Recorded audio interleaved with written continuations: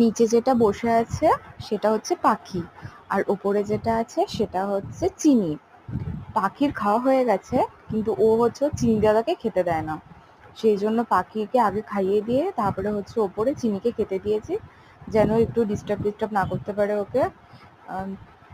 কারণ ও খুব মারে, পাখি ওর চিনি দাদাকে খুবই মারে, সেই জন্য চিনি খেতে ভয় পায় ওর আগে।